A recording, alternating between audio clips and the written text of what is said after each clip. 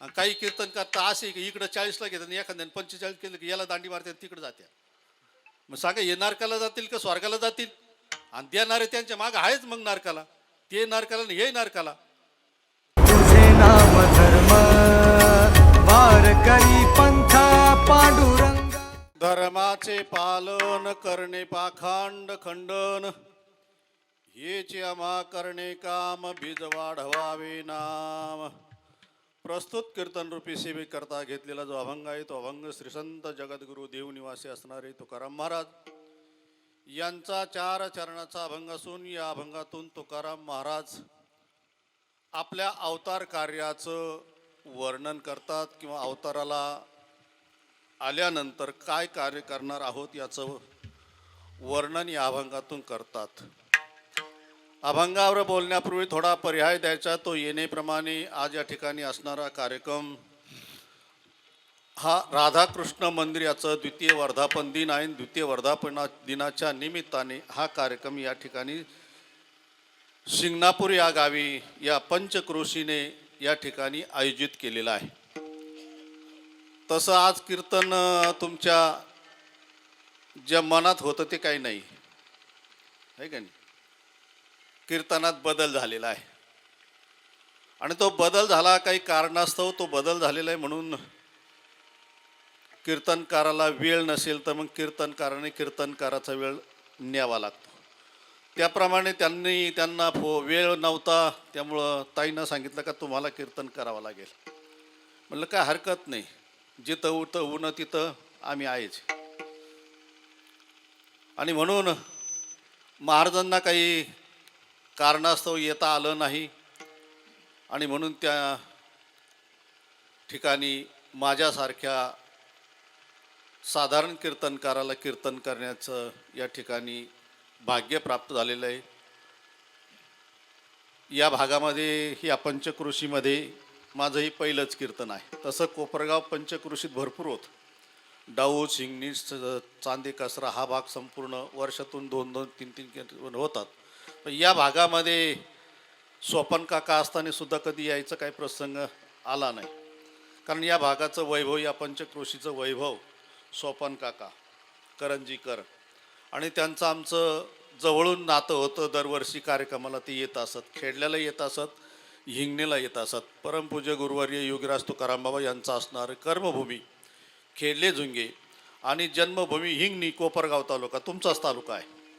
बाबांची जन्मभूमी कोपरगाव तालुक्यामध्ये हिंगणीमध्ये आहे. कर्मभूमी जर पाहिली तर निफाड तालुक्यामध्ये आहे. आणि असा हा संबंध निफाड तालुक्याचा आणि कोपरगाव तालुक्याचा असल्यामुळे काकांना सुद्धा आग्रहाचं निमंत्रण दिलं का काका दरवर्षी परमपूज्य गुरुवर्य काशीनाथ बाबा हयात असतानापासून ते कार्यक्रमाला येत असत. म्हणून हा वारकरी संप्रदाय आहे, वारकरी संप्रदायाचा वारकरी संबंध आहे. आणि त्या वारकरी संबंधाच्या निमित्ताने ताईची आणि माझी भेट कोपरगावला चालता चालता एका भक्ताच्या ठिकाणी जेवण्याकरता आलो. जेवणाकरता जात असताना रस्त्यात भेट झाली आणि रस्त्यात भेट झाल्यानंतर त्यांनी विनंती केली की तुम्हाला कार्यक्रम करावा लागेल. म्हणलं तर आपला परिचय नाही, काही नाही, कधी बघितलेलं नाही, काहीच नाही, पण आग्रह केला आणि भगवत कार्य म्हटल्यानंतर मग काय हरकत नाही करायला. आणि म्हणून मग त्या कार्यक्रमाकरता होकार दिला. आणि म्हणून या ठिकाणी ते महाराजांच्या जागेवरती हे कार्यक्रम आहे. तुमचा थोडा हिरमूड झाला असेल, नाराजी झाली असेल, पण आता त्याला नाविलाज आहे. सगळ्याच वेळेला सगळं आपल्या मनासारखं होतं असं काही नाही. काही वेळेला मनाच्या विरोधही झालं तरी सहन करावं लागतं, सहन करून घ्यावं लागतं. आणि ज्याच्या ठिकाणी सहनशीलता आहे त्यालाच थोडंफार काहीतरी प्राप्त होतं, अन्यथा मिळत नाही काय. म्हणून या ठिकाणी आगंतुक ही सेवा माझ्याकडं प्राप्त झालेली आहे. मी अभंग घेतलेला आहे तुकाराम महाराजांचा. तुकाराम महाराज आपल्या जीवन कार्याचं किंवा अवतार कार्याचं महती सांगत असताना किंवा आपण ज्या कार्याकरता आलेले अवतार घेतलेला आहे त्या अवताराची मीमांसा या अभंगातून सांगतात. तुकाराम महाराजाकडे आपण जर पाहिलं तर तुकाराम महाराज हे सर्वात श्रेष्ठ संत होते. कारण त्यांचं कार्य जर आपण पाहिलं तर त्यांचं कार्य एका युगातलं नाही, 4 युगातलं त्यांचं कार्य आहे. जसं नामदेव महाराज म्हणतात, चौयुगाचा नामा उभा कीर्तन. 4 युगामध्ये तुकाराम महाराजांचा आणि भगवंताचा संबंध आलेला आहे. आणि 4ही युगामध्ये तुकाराम महाराजांनी जे कर्म केलेलं आहे, कार्य केलेलं आहे, भगवंताबरोबर जे कार्य केलेलं आहे, ते कार्य जर आपण पाहिलं तर भगवंताबरोबर केलेलं कार्य फक्त नामचिंतन, नामस्मरण एवढंच कार्य आहे. तिन्ही युगामध्ये भगवंताबरोबर अवतार कार्य केलं. मग ते प्रल्हादाच्या रूपाने असेल, तुका जानते बरोबर, तुका जानते बरोबर, तुका जानते बरोबर. हे जे झाले अवतार तुका त्यांचे बरोबर, तुका त्यांचे बरोबर, तुका त्यांचे बरोबर. हो, जे जे अवतार झाले त्या त्या अवतारामध्ये तुकाराम महाराज म्हणतात आम्ही भगवंताबरोबर होतो, भगवंताबरोबर कार्य केलेलं आहे. मग तो प्रल्हादाचा अवतार असेल तर त्याही प्रल्हादाच्या अवतारामध्ये भगवंताचं कार्य करत असताना नामचिंतनच केलेलं, नामस्मरण केलेलं आहे. आणि त्याही अवतारामध्ये नामचिंतनाचा परिणाम काय होतो, नामचिंतनाच्या साधनाचा उपयोग काय होतो, नामचिंतनाचं साधन किती पवित्र आहे, नामचिंतनाचं साधन किती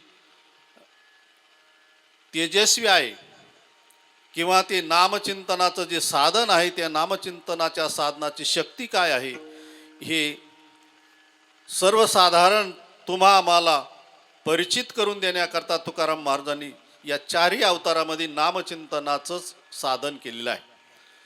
प्रल्हादाच्या अवतारामध्ये नामचिंतन केलं तर त्या नामचिंतनाचा परिणाम एवढा मोठा झाला का त्या नामचिंतनामुळं प्रल्हादाच्या ठिकाणी आलेले जेवढे विघ्न होते तेवढेही विघ्न पार करण्याचं कार्य फक्त त्या नामस्मरणाने केलं, नामचिंतनानं केलेलं आहे. आणि हे नामचिंतन धारक किंवा हे संत लोक असतात, हे कोणालाही ओळखू येत नसतात. सर्वसाधारणला तर ओळखू येत नाही, पण देवाला लवकर साधू संत ओळखू येत नाही तर तुम्हा आम्हाला काय ओळखू येणार. जर समजा बापाला मुलगा संत आहे कळाला असतं तर बापाने मुलाला त्रासच दिला नसता. बापाला मुलगी संत आहे कळाली असती तर विषाचा पेलाच दिला नसता.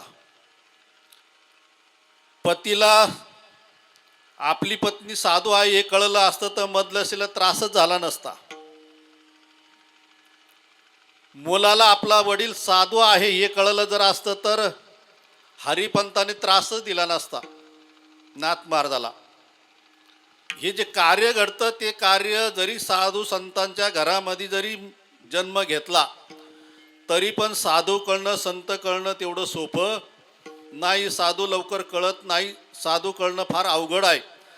ज्याच्या ठिकाणी काहीतरी मागच्या जन्माची पुण्याई असेल आणि काहीतरी सेवा असेल, नामचिंतन असेल तरच साधूची भेट होते, साधूची परि जग जेटी करुणाटेने करुणाटेने, परि जग जेटी करुणाटेने परि जगजेटी करुणा, ओ करुणा केली परि जगजेटी करुणा केली. ओ बाबा अभगाड अभगाड आहे संत बेटी, ओ परि जग जेटी जग जेटी करुणाटेने, बाबा अभगाड अभगाड आहे संत बेटी, ओ परि जगजेटी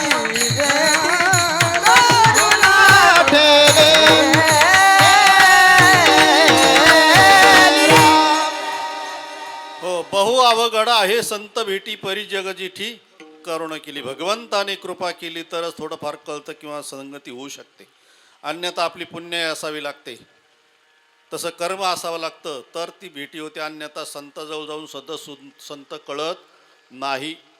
बरेच लोक संतांची सेवा करताना दिसतात पण फलाच्या बाबतीत पाहिलं तर त्यांना काही प्राप्त होताना दिसत नाही. याचं कारण काय, नामदेव महाराजासारखं झालं. नामदेव महाराज भगवंताजवळ राहिले, भगवंताने जेवू घातलं, सर्व काही कार्य केलं, आंघोळीला नेलं, सर्व काही करत होती, पण देव कळत होता का? देव कळत नव्हता. तसं तुमचं आमचं झालेलं आहे. आपण साधू संत म्हणून कोणाच्याही पाठीमाग लागतो, काही करतो, त्याला काही पर्यायच राहिलेला नाही. पण संत ओळखणं, संत प्राप्त होणं, जीवनामध्ये काहीतरी कर्माचं फल असावं लागतं, पुण्याचं फल असावं लागतं, तेव्हा त्याची प्राप्ती होते, अन्यथा प्राप्ती होत नाही. आणि जे आपल्याला प्राप्त झाले ते खरे संत असतीलच असं काही सांगता येत नाही. या कलियुगामध्ये फार अवघड आहे. म्हणून संत कळणं आणि संतांची सेवा घडणं फार अवघड आहे. तसं तुकाराम महाराज म्हणतात, मी 4 युगामध्ये भगवंताबरोबर कार्य केलेलं आहे. भगवंताबरोबर कार्य करत असताना नामचिंतनच केलं, नामस्मरणच केलं, दुसरं काहीच केलं नाही. हाही जन्म मला प्राप्त झाला असता किंवा याही अवतारामध्ये, या कलियुगामध्ये 2 अवतार नामदेव महाराजांनी आपले तुकाराम महाराजांनी घेतलेले आहे. कारण एका अवतारामध्ये कार्य संपणारं नव्हतं, होणारं नव्हतं, म्हणून दुसरा अवतार घ्यावा लागला. नामदेवाच्या अवतारामध्ये भगवान परमात्म्याचं पूर्ण कार्य झालं नाही, भगवान ओळखायलाच वेळ लागला. आणि वेळ लागल्यामुळे काही लिखाण करायचं होतं, समाजाला सांगायचं होतं. मग ते सांगत असताना, ते अभंग लिहित असताना 96 कोटी अभंग लिहिले झाले, पण पुढचे 4 कोटी राहिले. 100 कोटीची प्रतिज्ञा केली होती. पण आयुष्य मृत्यूलोकातलं आयुष्य कमी, त्यामुळं ते लिहिता आले नाही. म्हणून परत मग अवतार घ्यावा लागला तुकाराम महाराजाच्या निमित्ताने. पुढच्या मग तुकाराम महाराजांनी ते अभंग पूर्ण केलेले. त्यातही आता ते 96 कोटी ते आणि हे 4 कोटी, 100 कोटी अभंग. त्या 100 कोटीमध्ये आता किती राहिले?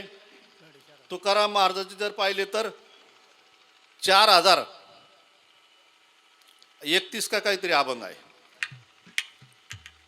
नामदेव महाराजांचे जर पाहिले तर नामदेव महाराजांचे सुद्धा कमीच अभंग आहे. त्यांचे काही 96 कोटी म्हटलं तर तेवढे अभंग काही दिसत नाही. ते 4-4.5 कोटीच्या आतच आहे. म्हणून हे सगळे अभंग केले त्यांनी, पण त्याच्यातले जे ठराविक राहिले तेवढेच राहिले. आणि तेवढे राहिले तरी ते सुद्धा आपल्याला वाचणं होत नाही. आणि एवढे जर ठेवले असते तर काय केलं असतं? किती जन्म घ्यावे लागले असते वाचायला.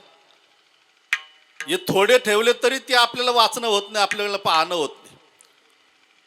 म्हणून असं हे वाङ्मय आहे, महाराजांचं वाङ्मय. या नामचिंतनाचं साधन, त्या नामचिंतनाच्या साधनाचा परिणाम आहे.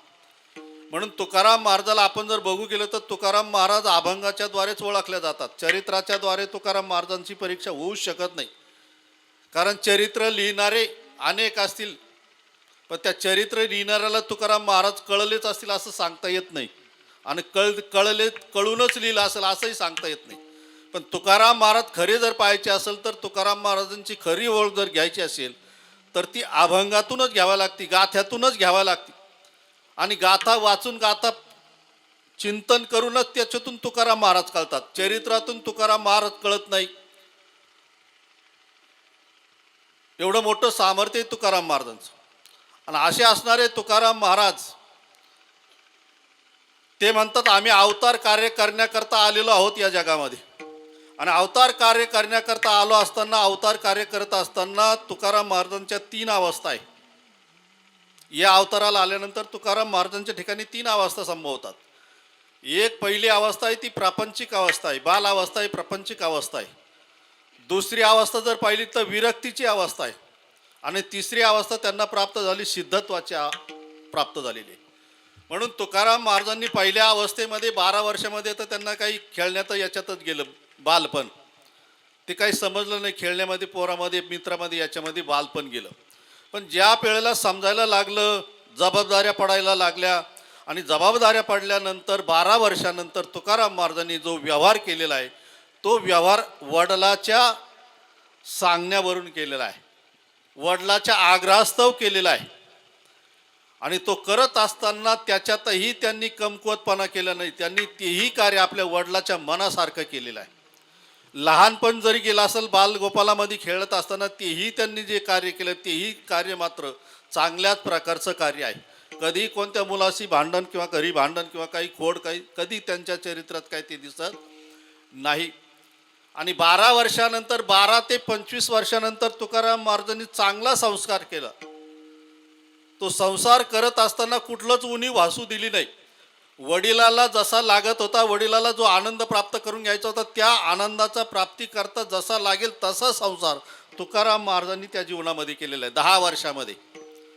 आणि ते 10 वर्ष संसार करत असताना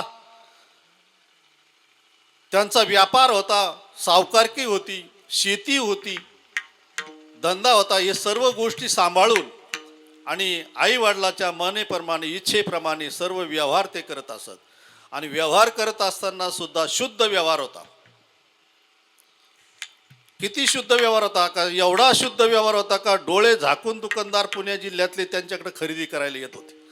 म्हणजे तुकाराम महाराजाचं किरकोळ विक्री तर होतीच दुकानाची, पण ठोक विक्री सुद्धा होती. पुण्यातले सर्व लोक त्यांच्याकडं खरेदी करण्याकरता येत असत.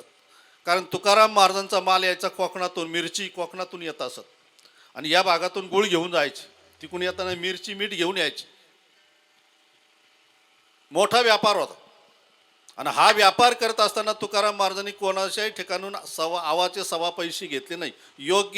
योग्य माल योग्य पैसा. आणि त्याच्यामुळं पुण्याचे सर्व जे दुकानदार होते खेडोपाड्याचे सर्व व्यापार करण्याकरता तुकाराम महाराजाकडे यायचे, माल घेण्याकरता, खरेदी करण्याकरता. एवढा मोठा तुकाराम महाराजांचा व्यापार होता. 10 वर्षे त्यांनी प्रपंच केला, व्यवहार केला. 10 वर्षे प्रपंच केल्यानंतर त्यांना एक कटू अनुभव त्यांच्या जीवनामध्ये प्राप्त झाला. आणि तो कटू अनुभव आल्यानंतर दुष्काळ पडला. दुष्काळ पडल्यानंतर एक स्त्री अन्न करता मेली. मोठे बंधू जे होते ते निघून गेले. ते वैरक्त होते, वैराग्यवान होते. त्यांनी प्रपंचाचा त्याग केलेला होता. आणि तो त्याग करत असताना त्याने सर्वस्वाचा त्याग करून ते निघून गेले, परत आलेच नाही.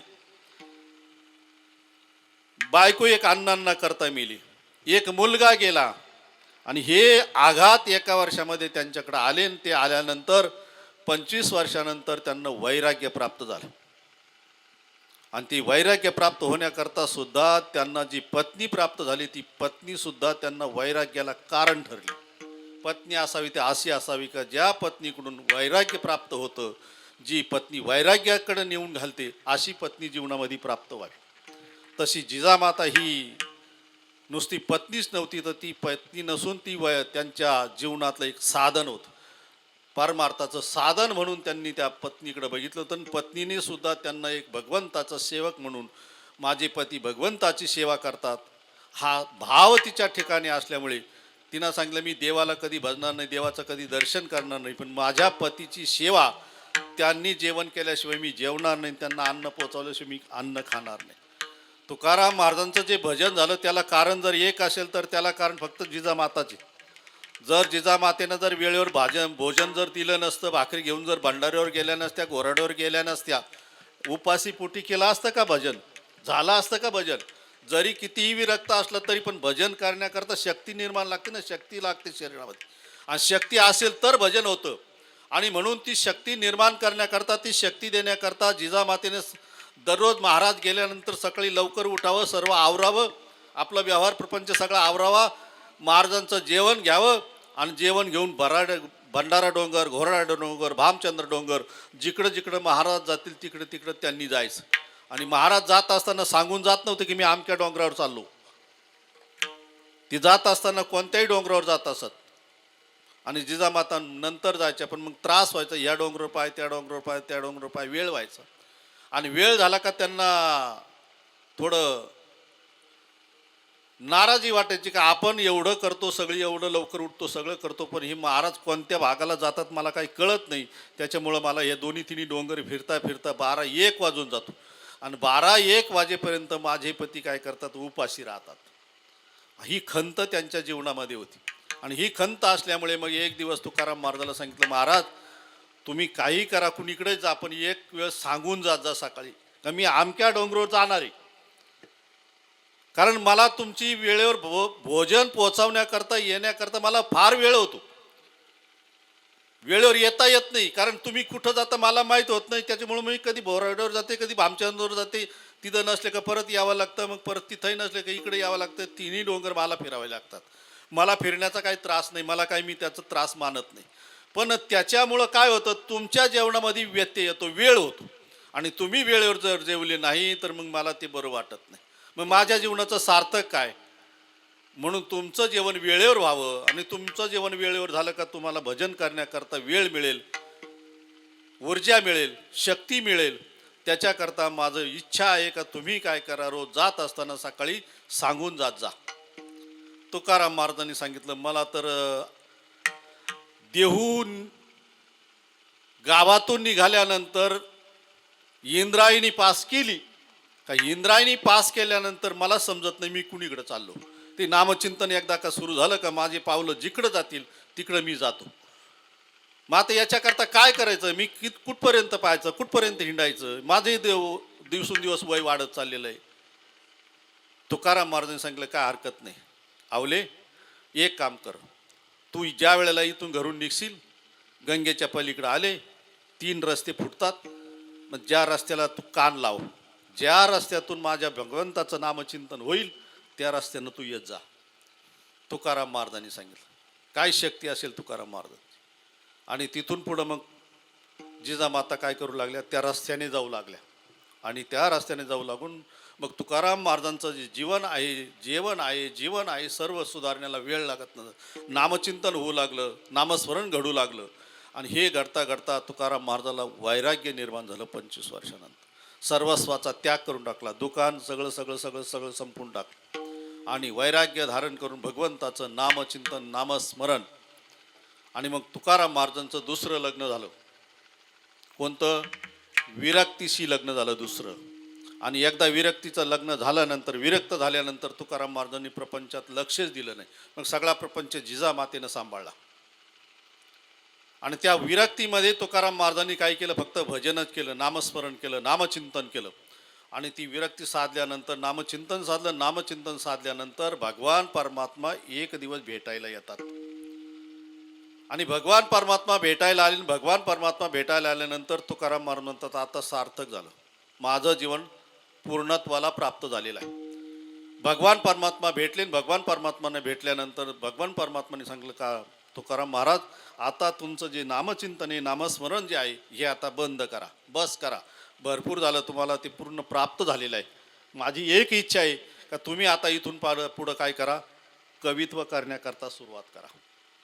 आणि म्हणून तुकाराम महाराजांनी पुढच्या कालामध्ये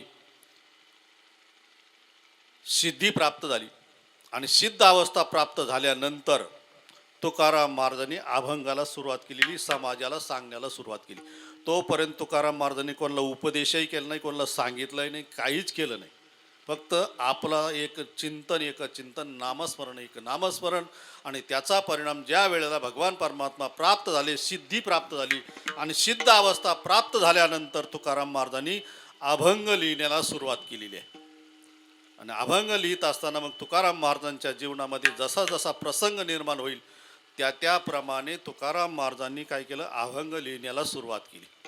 आणि ते अभंग लिहित असताना तुकाराम महाराजांच्या जीवनामध्ये एक प्रसंग निर्माण झाला. आणि ते प्रसंग निर्माण झाला असताना तुकाराम महाराजाला हा अभंग आठवला, हे वाक्य आठवले. आणि ते वाक्य आठवल्यानंतर तुकाराम महाराज म्हणतात आम्ही ज्या अवताराला आलेलो आहोत, आम्ही या मृत्यूलोकात जे प्राप्त झालेले, मृत्यूलोकात जे आलेलो ते कशा करता आलेलो तर अभंगाच्या धर्माचे पालन करणे धर्माचे पालन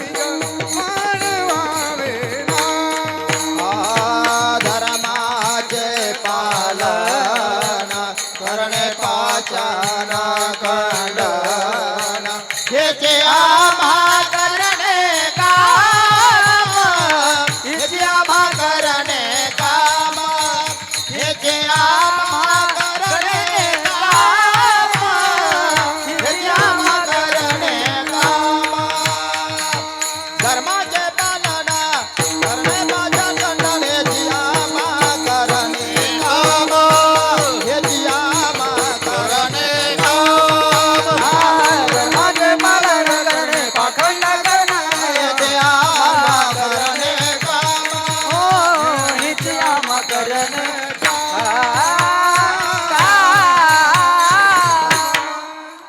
तुकाराम महाराज म्हणतात धर्माचे पालन. आम्ही धर्माचं पालन करण्याकरता आलेलो आहोत,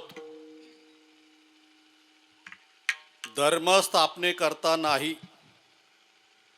तुकाराम महाराजांचे वाक्य एकदा चांगले गाथा वाचल्यानंतर समजतं तुकाराम महाराज. तुकाराम महाराज म्हटलेच नाही कुठं का आम्ही धर्माचं स्थापना करण्याकरता आलेलो आहे. धर्म स्थापनेचं कार्य फक्त एकालाच करता येतं. कोणाला? जो कर्तुम अकर्तुम अन्यथा कर्तुम शक्ती ज्याच्या ठिकाणी आहे असा असणारा भगवान परमात्मा, त्याला धर्माची स्थापना करता येते. बाकी कितीही विद्वान असला आणि कितीही ग्रंथ पाठ केलेले असला तरी त्याला धर्माची स्थापना करता येत नाही, धर्म स्थापन करता येत नाही. आता जरी धर्म म्हणत असले आमचा अमका धर्म, त्याचं तमका धर्म, त्याचा तमका धर्म, हे फक्त पोट भरायचे धर्म आहे, हे उद्धाराचे धर्म नाही. हे सगळे जे आहे हे सगळे पोट भरू धर्म आहे. जे जे निर्माण झाले असतील हे सगळे पोट भरण्याचे धर्म निर्माण केलेले आहे. कारण याचं त्याच्यात भागत नसलं का त्याचं त्याच्यात भागत नसलं का त्याचं त्याच्यात भागत नाही. त्याच्यामुळं वेगवेगळं झालं सगळं. मग काहींनी सुरुवातीला यात्रा काढल्या, चारी धाम यात्रा, आमकी गाडी तमकी गाडी, मग सीटर गाडी, नंतर त्याच्यानंतर पुशबॅग, नंतर पुशबॅग नंतर स्लीपर कोच, मग स्लीपर कोच नंतर आमचं एवढं भाडं त्यांचं तेवढं भाडं, आम्ही एवढं फिरवतो तेवढं फिरवतो. झाले त्याच्यात फिराफिरी झाली, आणि फिराफिरी झाली का वाटोळं झालं. तसं हे धर्म प्रत्येकानं आपलं उपजीविका करण्याकरता साधन म्हणून त्याचा उपयोग केलेला आहे. समाजाच्या कल्याणाकरता कुठलाही धर्म स्थापन करता येत नाही, धर्म स्थापता येत नाही. भगवंताशिवाय धर्माला कोणाला स्थापन करता येत नाही. कारण त्या ठिकाणी भगवानच सांगतात नाही, यदा यदा ही धर्मस्य ग्लानिर्भवती भारत अभ्युत्थानम धर्मस्य तदात्म्यानम सृजाम्यहम. ज्या ज्या वेळेला धर्माला ग्लानी येते त्या त्या वेळेला मी अवतार घेतो.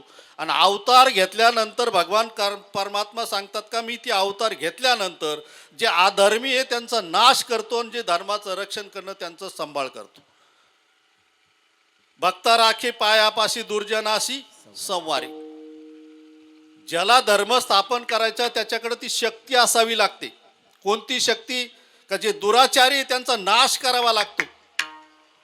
आणि नाश करण्याची शक्ती ती कोणत्या धर्म स्थापनेवाल्याकडे नाही. का करता येईल त्याला नाश? नाही करता येणार. तो फक्त भगवान परमात्माच करू शकतो. आणि भगवान परमात्म्यानं जर ठरवलं तर तो स्वतःच्या कुळाचा नाश करतो. तो तुमचा आमचा नाश करायला काय वेळ लागतो? आपलं कुळ संपून टाकलं, धर्माच्या विरोधात वागायला लागल्यानंतर, धर्माच्या विरोधात जायला लागले.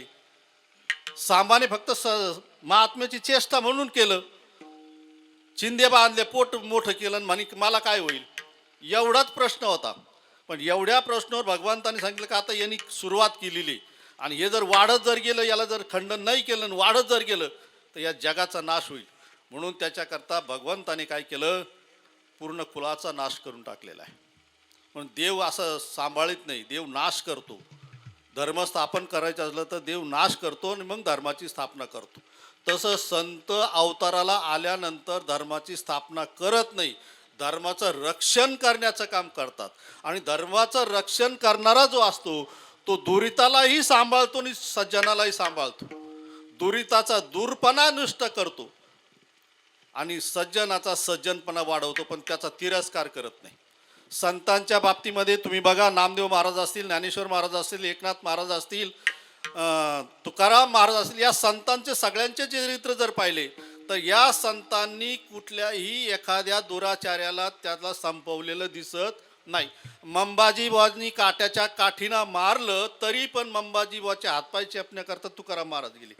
आज कीर्तनाला का नाही आले? याला म्हणायचं धर्माचं रक्षण करणं.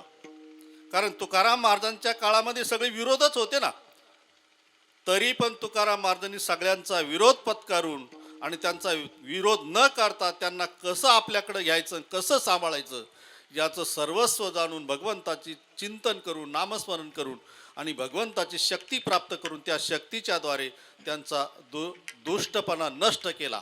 आणि दुष्टपणा नष्ट करून एवढा परिणाम करून ठेवला का त्यांच्या जीवनामध्ये तुकाराम महाराजांच्या अभंगाला चाल लावण्याचं, भजन मांडण्याचं कार्य त्या दुष्टांनी केलेलं आहे.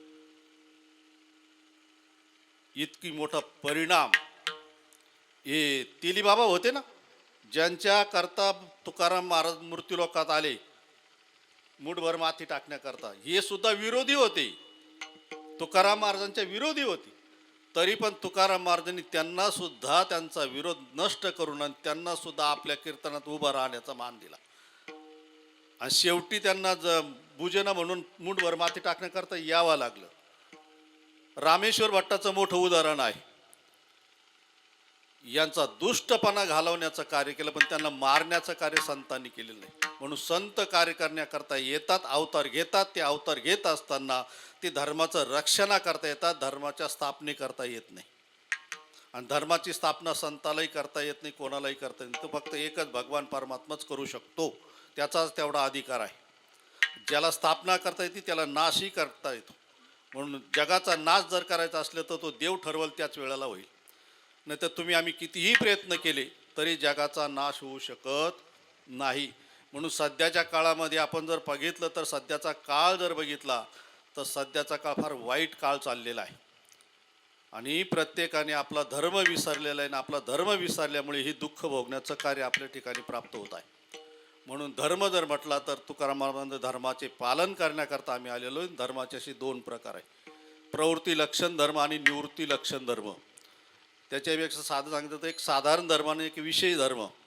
साधारण धर्म कशाला म्हणायचं? साधारण धर्म प्रत्येकाच्या ठिकाणी आलेला जो धर्म आहे तो साधारण धर्म आहे. आणि विषय धर्म प्रत्येक जाती निहाय जे दिलेला धर्म आहे तो वेगळा धर्म आहे, तो विषय धर्म आहे. मग अमक्या जातीचा आहे का त्यांनी त्याच्या धर्माप्रमाणे वागणे, मग तो विषय धर्म झाला. त्यांनी त्याच्याच याच्यात राहणे, त्याच्याप्रमाणे वागणे, हा त्याचा विषय धर्म झाला. पण सर्वसाधारण समाजाला दिलेला धर्म तो सर्वसाधारण धर्म म्हटल्यानंतर नामचिंतन हा सर्वसाधारण धर्म आहे.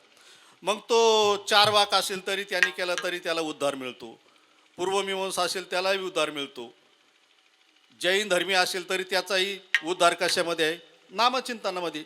जेवढे शास्त्रकार झाले, जेवढे दर्शनकार झाले, सगळ्यांचा जर उद्धार जर म्हटलं आणि सगळ्यांना जर मुक्ती प्राप्त करायची म्हटली तर प्रत्येकाला धर्म दिलेला आहे भगवंताचं नामचिंतन. आणि नामचिंतनाशिवाय कोणाचाच उद्धार नाही, कोणत्याही याचा धर्माचा नाही.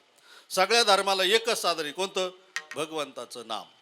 मग सगळ्यांकरता जो असतो तो साधारण धर्म. आणि हा साधारण धर्म प्रत्येकाने जर पाळला तर दुःख भोगण्याचं कार्य येत नाही, दुःख भोगावं लागत नाही. मग साधारण धर्म काय आहे आपल्या जीवनामध्ये? आपल्याला भगवंताने मनुष्य जन्म प्राप्त करून दिले आहे. आणि मग मनुष्य जन्म प्राप्त झाला तर मनुष्य जन्माचं इति कर्तव्यता काय आहे? का आपला व्यवहार प्रपंच करणं, सर्व काही करणं आणि त्या सर्व करत असताना त्याच्यातून भगवंताचं नामचिंतन करणं, भगवंताचं नामस्मरण करणं, भगवंताचं काय असेल ती सेवा करणं, हा सर्व साधारण धर्म प्रत्येकाच्या ठिकाणी दिलेला आहे. आणि तो प्रत्येकाने जर जपला, प्रत्येकाने जर चालला तर कुठल्याही प्रकारचं भांडण त्या ठिकाणी निर्माण होणार नाही. आज सध्या जे भांडणं चालू आहे ते कशामुळे भांडणं चालू आहे? फक्त प्रतिष्ठा, मान आणि प्रत्येक मी याचा, मी त्याचा, मी त्याचा, ती मी त्याचा, आणि याच्यामुळे ते भांडणं वाढलेली. पण सर्वसाधारण धर्म जर प्रत्येकाने जर पाळला तर आज कोणालाही जगामध्ये दुःख भोगायचं काम पडणार नाही. आणि सर्व जर धर्मानं जर वागले तर हे जग सुखी झाल्याशिवाय राहणार नाही. पण सध्याचा काळ आपण जर पाहिलं तर कोणीही धर्मानं वागत नाही, कधीच तर कोणी वागता नाही, कोणी धर्माने वागत नाही. बाप मुलाशी धर्माने वागत नाही, मुलगा बापाशी धर्माने वागत नाही, सून सासूशी धर्माने वागत नाही, सासू सुनेशी वागत नाही. आणि याचा परिणाम मग दुःख भोगावा लागतो. आणि तेच जर समजा पद्धती बदलली, सासूने सासूचा मान दिला, सुनेनं सासूला मान दिला, सासूने सुनेला मान दिला, एकत्र राहिल्या, व्यवस्थितपणानं केलं. सासूना सून म्हणून वागवायचंच नसतं. सासूना सून ही जी आलेली असते आपल्या मुलाची सहकारिणी असते आणि आपल्या मुलाचं शेवटचं स्थान तिच्याकडं असतं. म्हणून सासूने सुनेला असं वागवायचं असतं का आपली मुलगी ज्याप्रमाणे वागवली त्याप्रमाणे सासूने सुनाला वागवायचं असतं. आणि ही जी वागणूक जर सासूने सुनाला जर दिली तर ती सुनबाई सासूला म्हातारपणी म्हणतील माझ्या सासूसारखी सासूच नाही. मला कधी माझ्या माहेरची आठवण येऊ दिली नाही का माझ्या आईची आठवण येऊ दिली नाही. कोणतंही कार्य असेल का माझ्या सासूने मला सांगावं, जा तुला चांगल्या प्रकारची साडी घेऊन ये, तुला जे लागेल ते तुझ्या मनाने घेऊन ये, जाय त्याला सांग मग मी सांगितलं म्हणून आणि त्याच्याबरोबर जाय, तुझ्या आवडीचं घे, त्याच्यावर विसंबून राहू नको, तो काही घेऊन येईल, तुला जे पसंत पडेल तुला जे आवडेल तेच घे आणि चांगलं घे. आपल्याला 4 लोकात जायचंय, जावा भावात राहावं लागतं, चांगल्या प्रकारचं घे. कोण सांगतं? सासू सांगते. कोणाला? सुनेला. आणि असं जर सुनेला सासूनं सांगितलं तर ती सून सासूला सासू म्हणाल का? नाही म्हणणार, ती आईच म्हणणार का माझी आई आहे. आणि ज्या ठिकाणी आई भाव निर्माण झाला का त्या ठिकाणी दुःख संपलं सासूच. नाही तर मग सासूनं आपलं सासूपणावर मिरवायचं आणि सुनानं सुनपणावर मिरवला का झालं 2 तिरड फाक. त्याच्यात दुःख आल्याशिवाय राहत नाही. म्हणून दुःख नको असेल तर यांचा धर्म जर पाळला, या धर्माने जर त्या वागल्या तर त्यांच्यातलं दुःख नष्ट होतं. पण प्रत्येकाचा धर्म आहे, प्रत्येकाने प्रत्येकाच्या धर्माप्रमाणे वागलं. धर्माप्रमाणे जर नाही वागलं तर आपण सुद्धा कोण आहोत? प्रत्येकजण कसा आहे? दोषीच आहे, दुराचारीच आहे. म्हणून प्रत्येकाने प्रत्येकाच्या धर्माने जर वागलं तर त्याचं कर्म त्याने त्याच्याप्रमाणे जर केलं तर तो धर्म ठरतो. अन्यथा तेच काय ठरतं? मग अधर्म ठरतो. समजा एखादा नोकरदार आहे आणि नोकरदार म्हटल्यानंतर त्याला नोकरी प्राप्त झाली, नोकरी मिळाली, त्याच्या इच्छेप्रमाणे शिक्षण घेतलं, त्याने नोकरी मिळाली आणि नोकरी मिळाल्यानंतर त्याने त्याचा धर्म पाळायचा. काय? का आपल्याला जी नोकरी प्राप्त झालेली आहे ती नोकरी कशा करता झालेली त्याचा विचार करायचा. हे आपली जी नेमणूक केलेली ती कशा करता केलेली आणि ती जर समजलं तर त्याचा व्यवहार व्यवस्थित होतो. आणि हे जर समजलंच नाही का त्याचा व्यवहार काही व्यवस्थित होत नाही, तो अधर्म केल्याशिवाय काही राहत नाही. आणि अधर्म केला का दुःख भोगावं लागतं, दुःख भोगल्याशिवाय पर्याय नाही. म्हणून प्रत्येकाने धर्म सांभाळण्याकरता फक्त आपल्याला जबाबदारी काय दिलेली. आपण या मृत्यू लोकात जन्माला आलेलो, जन्माला आल्यानंतर आता इति कर्तव्यता आपली काय आहे? मग सरकारने नेमवलेले, आपल्याला कशाकरता नेमवलेले? आपल्याला सरकारने एका कार्याकरता नेमवलेले आणि ते कार्य करण्याकरता आपल्याला खुर्चीवर बसून, आरामात बसून, पंख्याखाली बसून, AC मध्ये बसून एवढं प्राप्त करून सरकारने दिलेलं आहे. ती देत असताना फक्त काय जेवढं काम आहे तेवढं त्यांनी इमानदारीनं करायचं आणि त्याच्या बदल्यामध्ये सरकार महिन्याला काय करतं? तनखा देतं, पैसा देतो. आणि तो पैसा देतो म्हणजे त्याच्या कामाचा पैसा देतो आणि तो काम चांगलं करतो म्हणून त्याला AC देतो. सुविधा त्या ठिकाणी त्या नोकरदाराला दिल्या जातात. मग त्यांनी त्याचं भान ठेवलं पाहिजे का आपल्याला ह्या सगळ्या व्यवस्था मिळालेल्या आहे आणि आपल्याला हे नेमणूक केलेली समाजाच्या सेवेकरता नेमणूक केली. मग आपण काय केलं पाहिजे? समाजाची सेवाच केली पाहिजे. मग ती सेवा करत असताना आपल्या वाटेला आलेलं कर्म, ते कर्म व्यवस्थितपणाने ज्याप्रमाणे सरकारने सांगितलं त्याप्रमाणे करणं. नाही तर तात्याकडे गेले, तात्या उतारा देता का हो? तात्या म्हणतात 50 रुपये खालून द्या म्हणजे मग उतारा मिळेल. कागद काही फुकट येत नाही, कागद विकत आणतो, बापाच्या घरून आणतो का विकत? कागद तर सरकारचाच आहे ना. मग 50 रुपये कशा करता घेतो? मग हा झाला अधर्म. आणि हा अधर्म झाला, त्याला एकदा का 50 रुपये मिळाले का त्याला समाधान वाटतं. पण त्याला तेवढ्यापुरतं समाधान वाटतं, पण तेच 50 रुपये घरी आणले, व्यवहारामध्ये वापरले, प्रपंचामध्ये वापरले का ते 50 रुपये कुठंतरी एखाद्या दवाखान्याला नेऊन घालतात. त्याला काही सुखाने जगू देत नाही. मग त्याला काहीतरी डायबिटीसच होईल, बायकोला कॅन्सर तरी होईल, काहीतरी होईलच. आणि तुम्ही बघा जे जास्त मोठ्या नोकरीला आहे, जास्त डिग्रीला, जास्त पैसे खातात, त्यांची पोरं पहा कशी. 2 नंबरचा पैसा मिळवणाऱ्याचे पोरं सुद्धा त्याच प्रमाणात राहतात. कधी वेडच निवडल, कधी कसंच निवडल, कधी काहीच निवडल, कधी बेफामच निवडल. म्हणून मराठीची संपत्ती 3ऱ्या पिढीला टिकत नाही, 3ऱ्या पिढीला संपून जाते. म्हणून प्रत्येकाचा धर्म आहे. त्यांनी त्याचा धर्म जर पाळला आणि त्यांनी जर व्यवस्थित सेवा जर दिली तर लोक त्याला काय म्हणतील, तात्या तात्या तात्या. आमच्या तात्यासारखा तात्याच नाही. कोण म्हणल सेवा जर त्या प्रमाणात केली तर त्याला तात्या म्हणून आणि आमच्या तात्याची बदलीच होऊ नये, कायम आमच्या गावातच राहावा ही इच्छा कोण करतं? सगळे गावकरी करतात. आणि समजा सरकारने बदलायचाच प्रयत्न केला तर सगळे गावकरी सरकारकडे जातात, नाही नाही यांना इथंच ठेवा. हा परिणाम आहे. म्हणून सध्याच्या काळामध्ये जे दुःख भोगावं लागतं त्याचा परिणाम प्रत्येकाने आपला धर्मच संपवून टाकलेला आहे. धर्माने कोणी वागायलाच तयार नाही. धर्मानं न वागल्यामुळे सगळं अनाधुंदी कारभार चालू झालेला आणि अनाधुंदी कारभार चालू झाल्यामुळे दुःख भोगावं लागतं. मग ती दुःख भोगत असताना सर्वांच्या ठिकाणी तुम्हालाच नाव ठेवून नाही, आम्ही त्याच्यात येतो. आम्ही कुठं धर्मानं वागतो? आम्ही धर्म सोडलेलाच आहे. धर्म कशाला म्हणायचं? धर्म म्हणजे भगवंताचं करणारं काम. ते काम करत असताना जे तुकाराम महाराजांनी ज्यांच्यावर आपण बोलतो, ज्यांचे अभंग घेतो त्यांच्या अभंगावर बोलतो. मग त्यांचे अभंग कीर्तनापुरतेच आहे का? तुम्हालाही त्याच्यातून काही संस्कार दिलेले, तुम्हाला काही त्याच्यातून धर्म सांगितलेला आहे ना. मग त्या अभंगाप्रमाणे तुम्ही वागता का? मग त्या अभंगाप्रमाणे जर तुम्ही वागत नसले तर तुम्ही सुद्धा धर्माच्या विरोधीचे. तुम्ही कसे आहे? पाखंडीच आहे ना. धर्माच्या विरोध वागलं म्हणजे पाखंडी झालं. तुकाराम महाराजांनी धर्म सांगत असताना कीर्तन करायला धर्म सांगितलं नाही का? का तुम्हाला सांगितलं बसणार राहायला, ऐकणार राहायला, आणि कीर्तन करायला सांगितलं नाही? त्यांनी फक्त बोंबलतच हिंडावून पैसेच मिळतील हिंडावा असं सांगितलं तुकाराम महाराजांनी. तुकाराम महाराज ते नाही ना सांगत. तू समाजाला प्रबोधन कर, आणि समाजाला प्रबोधन करत असताना तुला काही कष्ट होत असतील, सायास होत असतील तर त्याच्याकरता भगवंतानी व्यवस्था केलेली आहे. पैशाने काहीच होत नाही. जर पैशाने सगळं जर झालं असतं तर कोरोनामध्ये किती पैसा दिल्यानंतर लोक जगले. एकाने नाशिकचा आहे लोखंडे म्हणून, 1 एकर जागा आहे चौकामध्ये, नाशिक रोडला 1 एकर जागा. भर चौकामध्ये शैलानी बाबा चौक 1 एकर जागा आहे. त्यांनी सांगितलं फक्त मला वाचवा, तेवढी आत्ता तुमच्या नावावर करून देतो, नाही तर तुम्ही सांगा कोऱ्या चेकवर सही करून देतो. त्यांनी सांगितलं आमच्याकडं काही तिचं साधन काही नाही. डॉक्टरने सांगितलं हे साधन आमच्याकडं नाही. तुमचं कर्म असेल, देवाची कृपा जर असेल तर तुम्ही याच्यातून वाचाल. जर ते जर नसेल तर आम्ही सर्व जरी घेतलं तरी तुमचं जर प्रारब्ध जर नसेल तर याच्यातून काही प्राप्त होणार नाही. तुम्ही किती दिलं तर आम्हाला ते काही उपयोगाचं नाही. म्हणून पैशामुळं याच्यामुळं होत जर असतं तर आज जगाने सगळं विकत घेतलं असतं ना, सगळा राजवर ट्रमच झाला असता. पैशाने नाही होत काही.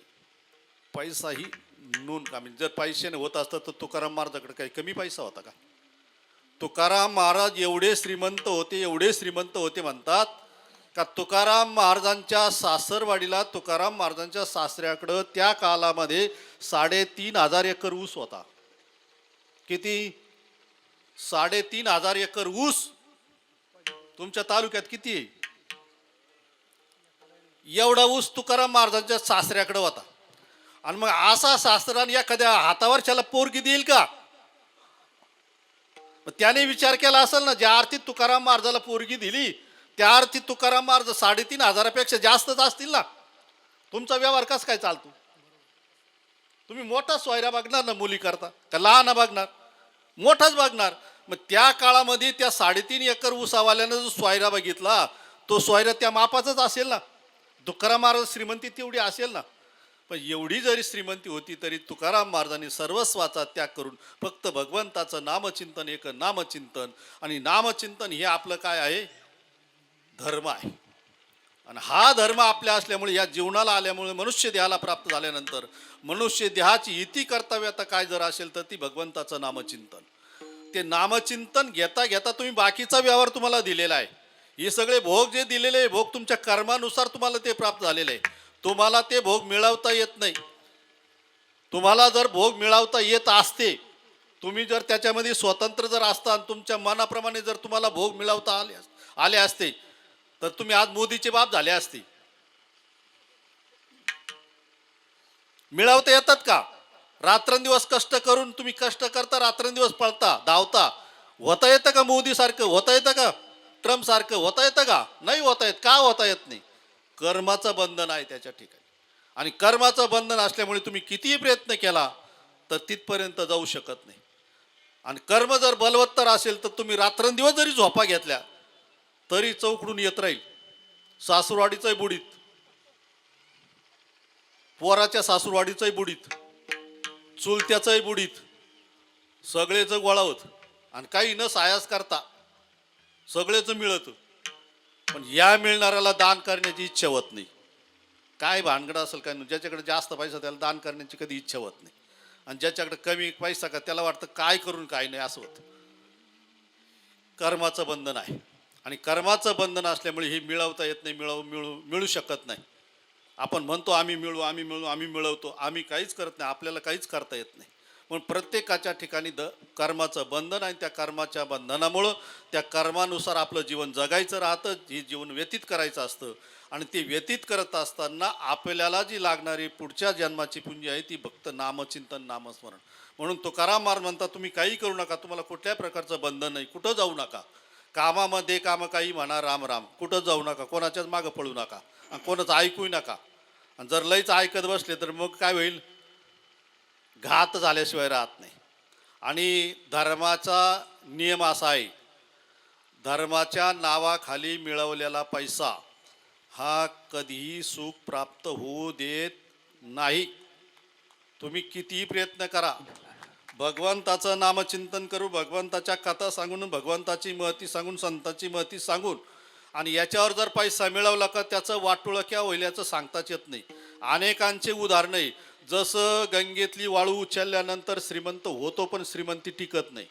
जेवढी झटपट श्रीमंती होती तेवढी झटपट खाली यायला तयार होती. गंगेतले वाळूवाले पहा तुम्ही, तुमच्याकडे आहे का नाही काय माहिती, पण आमच्याकडे आहे वाळूवाले, लई श्रीमंत होतात. 2-4 वर्षात 10-5 गाड्या होतात, पण पुढच्या 2-4 वर्षात पाहिलं तर एकही राहत नाही. तसं धर्माच्या नावाखाली मिळवलेला पैसा हा केव्हाही सुखाला कारण ठरत नाही, तो दुःखालाच कारण ठरतो. अनेक उदाहरणं आहे आणि ते उदाहरणं जर दिले तर तुम्हाला वाटलं का खरंच आहे.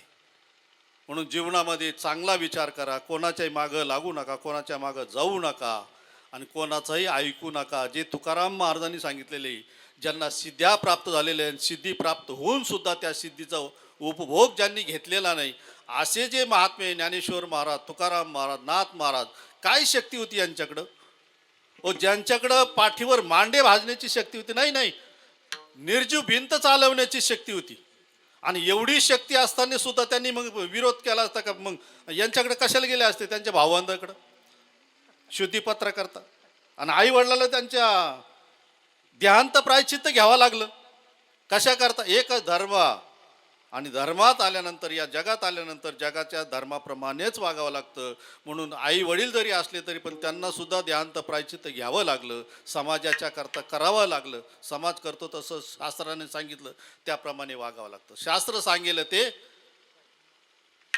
करावे, ज्याप्रमाणे शास्त्र सांगतं त्याप्रमाणे करावं. आणि शास्त्राच्या विरोध जर गेला तर त्याला दुःख दिल्याशिवाय शास्त्र राहत नाही. म्हणून शास्त्राच्या संतांच्या नियमाप्रमाणे, संतांनी जे दिलेले धडे आहेत त्या धडेप्रमाणे चालावं. आणि त्याप्रमाणे जर चाललं तर आजही जगामध्ये सुखाला कमी नाही. जास्त श्रीमंत असली म्हणजे सुख मिळतं असं काही नाही. आणि जर तसं असतं तर मग सगळे श्रीमंत सुखी असते ना. पण श्रीमंताकडे पाहिलं तर त्यांच्यासारखं दुःख कोणालाच नाही. आणि जर साधारण जर ज्याच्याकडे जर पाहिलं, साधारण माणसाकडे जर पाहिलं तर त्याच्यासारखं सुख कोणालाच नाही. तो वावरात जरी लिंबाखाली ढेकळाला ऊस लावून झोपला तरी झोप येते त्याला. आणि यांना डनलापच्या गाद्या, फूट 2-2 फूट गाद्या आहे, 2-2, 3-3 गोळ्या घेत्या तरी उलथं पालथं 5 वाजेपर्यंत झोप येत नाही. मग सुख कोणला आहे, त्या ढेकळावाल्याला आहे का यांना आहे.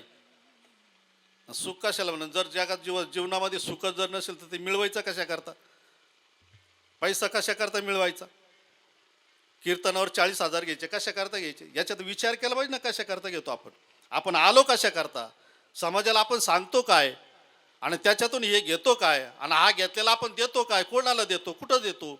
हा समजा एखादाच संस्थाने त्यांनी समजा समाजाकरता कार्य केलेलं असलं तर ठीक आहे, गोपालन असेल, समाजकार्य असेल, एखाद्या शाळेकरता दान असेल तर ठीक आहे, देणं काय हरकत नाही, त्याकरता दिलं.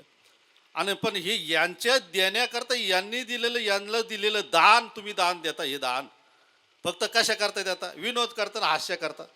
तुम्हाला काय त्याच्यातून परमार्थ मिळतो का? काही उपरती होईल असं मिळतं का? वैराग्य होईल असं काही मिळतं? पण देतात का नाही? कशा करता? फक्त रंजन, मनोरंजन, समाज जमावा, मनोरंजन व्हावं आणि याच्याकरता ते दिल्या जातं. पण ते दिलेलं जे साधन आहे, दिलेलं जे धन आहे, ते जातं कुठं याचा विचार आहे का? ते जे जोडोनिया धन उत्तम यावारे, जोडोनिया धन उत्तम यावारे, जोडोनिया धन उत्तम यावारे, जोडोनिया धन उत्तम यावारे, जोडोने दान उत्तम व्यवहारे, जोडोने दान उत्तम व्यवहारे, जोडोने दान उत्तम व्यवहारे, जोडोने दान उत्तम व्यवहारे, उदास विचारे हेच करी, उदास विचारे वेच करे, उदास विचारे हेच करी, उदास विचारे वेच करे, दुनिया गती तो एक पावेल उत्तम उत्तमची गाते तो एक पावेला, उत्तम भोगेला जीव खाणी.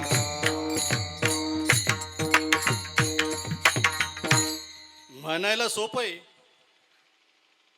जोडून या धन उत्तम व्यवहारे, उदास विचारे वेच करी. म्हणतो आपण सोपं आहे घरभरणीच्या टायमाला. पण आपण घरभरणी करतो का वास्तू शांती करतो? काय करतो? घरभरणी वास्तू शांती नाही करत. वास्तू शांती त्याला म्हणायची का त्याच्यामध्ये फक्त व्यवहार पूजेचाच येतो. त्या वास्तुपुरुषाची पूजा, नवचंडीची पूजा, आणि ही पूजा करून तो वास्तुपुरुष शांत करणे, त्याला गाडून टाकणे, आणि मग त्याचा प्रवेश आपल्याला प्राप्त होतो. जोपर्यंत वास्तू शांती होत नाही तोपर्यंत घरात प्रवेश आपल्याला मिळत नाही. कारण त्या वास्तुपुरुषाला वरदान दिलेलं आहे का जोपर्यंत नवं घर झाल्यानंतर, नवं घर बांधल्यानंतर त्या ठिकाणी तू राहायचं, त्यापर्यंत मालकाला जागा नाही. ज्या वेळेस तुझी पूजा करतील, तुला सोन्याचं करतील आणि सोन्याच्या करून आग्नेय दिशेमध्ये तुला गाडतील, आणि मग तू त्याचा तो ताबा सोडून द्यायचा आणि मग त्याला तो ताबा द्यायचा. पण तुझी पूजा केल्याशिवाय त्याला ताबा द्यायचा नाही, असं त्या वास्तुपुरुषाला वरदान दिलेले. पण आपण वास्तुपुरुष करत नाही, वास्तू शांती करत नाही, घरभरणी केल्याशिवाय राहत नाही. तिथंही मिळवायचंच काम करतो ना. दान व्हायला पाहिजे ना, घराच्या निमित्ताने, वास्तूच्या निमित्ताने पूजन व्हायला पाहिजे, ब्राह्मणाला दान व्हायला पाहिजे, इतराला दान द्यायला पाहिजे. पण नेमकं ते घडत नाही. आणि इकडे वास्तू शांती, घरभरणी, याचा आयर त्याचा आयर, याचं हे त्याचं ते त्याचं, घर भरून घ्या, याला पूजा म्हणत नाही. म्हणून धनद्रव्य जर आहे, हे जर असेल तर हे पूजन करत असताना आपण कशा करता आलेलो आहे, काय करायचं, याचं शहानिशा आपल्या जीवनामध्ये झाली तर जीवन सुधारतं, अन्यथा जीवन सुधरत नाही. तसं तुकाराम महाराजांच्या जीवनामध्ये पाहिलं तर तुकाराम महाराजांनी 12 वर्षापर्यंत बालपण घालवलं, 12 ते 25 वर्षापर्यंत व्यवहार केला, संसार प्रपंच केला, आणि संसार प्रपंच केल्यानंतर 25 ते 50 वर्षापर्यंत त्यांनी चांगल्या प्रकारचा व्यापार केलेला आहे. व्यापारही केला, संसारही केला, बालपणही घालवलं, आणि 50 वर्षानंतर जे प्राप्त झालं, सिद्ध दशा अवस्था प्राप्त झाली, आणि सिद्ध अवस्था प्राप्त झाल्यानंतर त्या प्राप्त झालेल्या सिद्ध अवस्थेचे उद्गार आहे का धर्माचे पालन. आणि मग हे धर्माचं पालन करायचं आहे तुकाराम महाराज, मग तुमचं धर्माचं पालन तुम्ही करा ना. या पाखंड्याच्या कशाला नादी लागता, यांचं कशाला खंडन करता? बरं ते पाखंडी कोण आहे? आपलेच आहे ना. ते काय दुसरीकडून आलेले का, बाहेरून आलेले का? आपलेच आहे ते. मग तुम्हाला तुमच्या धर्माचं पालन करायचं, मग या पाखंड्याच्या कशाला नादी लागता? जाऊ दे ना, त्यांचं पाखंड त्यांना होऊ द्या ना. तुकाराम महाराज म्हणतात तसं नाही. धर्माचं जर पालन करायचं असेल तर यांचं खंडन केलं तर, अन्यथा धर्माचं पालन होणार नाही. पहिलं यांचं खंडन करावं लागेल. यांचं खंडन करून समाजाला सांगून द्यावं लागेल हे पाखंडी आहे. आणि मग पाखंडी म्हटल्यानंतर त्याच्यात दोन भाग सांगितले मी, मुख्य पाखंडी आणि अमुख्य पाखंडी. जो शास्त्राच्या धर्माच्या याच्या विरोधात बोलतो ते मुख्य पाखंडी आहे. मग ते तर बोर्ड लावूनच आहे. मुख्य पाखंडी कसे बोर्ड लावून येते, ते काही धर्माला मानत नाही, ग्रंथाला मानत नाही, संताला मानत नाही, देवालाही मानत नाही. ते म्हणते देव कुठं, याकडनं तर दावा घालून टाकलं जिवंतपणीच. हे कोण आहे मुख्य? अमुख्य पाखंडी कोण? अमुख्य पाखंडी त्याला म्हणायचं जो ग्रंथाचं वाचन करतो, शास्त्राचं वाचन करतो, शास्त्र माहिती आहे, ग्रंथ माहिती आहे, पण त्याच्या विरुद्ध वागतो. ते सांगतं त्याप्रमाणे वागत नाही. मग त्याच्यात कीर्तनकार सुद्धा आले, भागवतकार आले, रामायणकार आले, सगळेच आले. रामायण सांगत असताना रामासारखं वागत नाही, भागवत सांगत असताना भागवतासारखं वागत नाही, कीर्तन करत असताना तुकाराम महाराजसारखं वागत नाही. मग तुकाराम महाराज जे जशी हे अभंग सांगितले तसे ते अभंग सांगितले ना, काय करावं काय नाही. मग यांना सुद्धा काय म्हणायचं, मग हे सुद्धा काही नाही, कीर्तनकार सुद्धा पाखंडीचे. मग यांचंही खंडन झालं पाहिजे. मग यांचं खंडन काय झालं पाहिजे? का यांचं खंडन एवढंच करायचं का हे जे करतात याच्या विरुद्ध समाजानं जायला पाहिजे. समाजाने फक्त कीर्तन ऐकण्याकरता जायचं, कीर्तन कीर्तनात काय सांगितलं एवढंच घ्यायचं. चांगलं असेल तेवढंच घ्यायचं, वाईट असेल ते टाकून द्यायचं त्या ठिकाणी. आणि त्याच्याकरता पैसा लागत नाही. आणि पैसा जर खर्चून करायचा असलं तर त्याच्याकरता मग तुम्हाला मनोरंजन होईल. त्याच्यामध्ये साधनाच्या साध्याच्या काही गोष्टी त्याच्यात मिळणार नाही. मग त्याच्यात फक्त मनोरंजन. आणि ते मनोरंजन झालं का मग ते त्याच्याकरता पैसा लागतो. मनोरंजनालाच पैसा लागतो, कीर्तनाला पैसा लागत नाही, अध्यात्माला पैसा लागत नाही. पैसा न लगे रुपया न लगे, पैसा न लगे रुपया न लगे, पैसा न लगे रुपया न लगे, पैसा न लगे रुपया न लगे. ना लागे कवडी दमडी, ना लागे कवडी दमडी, ना लागे कवडी दमडी. ना लागे कवडी दमडी.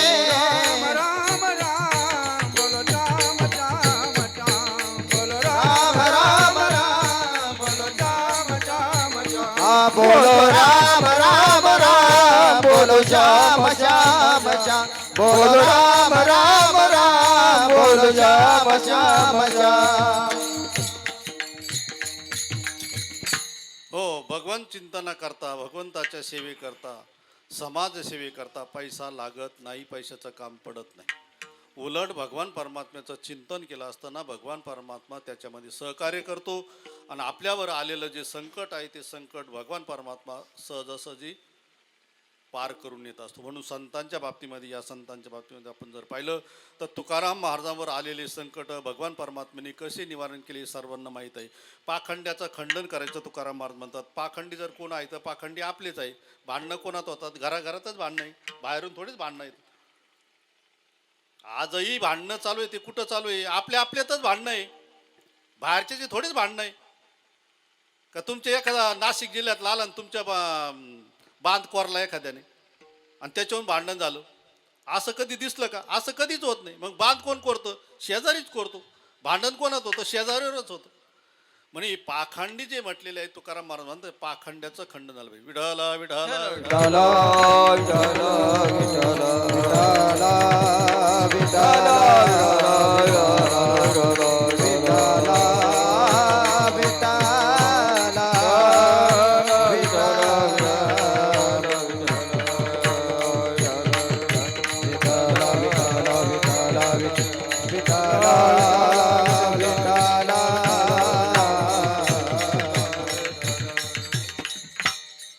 तुकाराम महाराज म्हणतात पाखंड्याचं खंडन झालं पाहिजे. आणि ते आपले जरी असलं तरी पण, आपले जरी असले तर ते जर दुःखाला कारण ठरत असले तर त्यांचं सुद्धा खंडन झालंच पाहिजे. मग त्याच्याकरता उदाहरण द्यायचं ठरलं तर नख आपल्या हाताचे नख आहे का नाही, ते आपलेच आहे का नाही?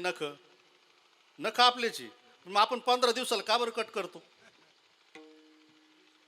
आपल्याच हाताचे नख आहे, का बरं कट करतो? कारण ते जर नाही कट केले आणि एखाद्या वेळेला जर पाठीला जर लईच खाज आली आणि ते जर खाजूच लागले तर खासता खासता ते काय करतील? मधी घुसतील.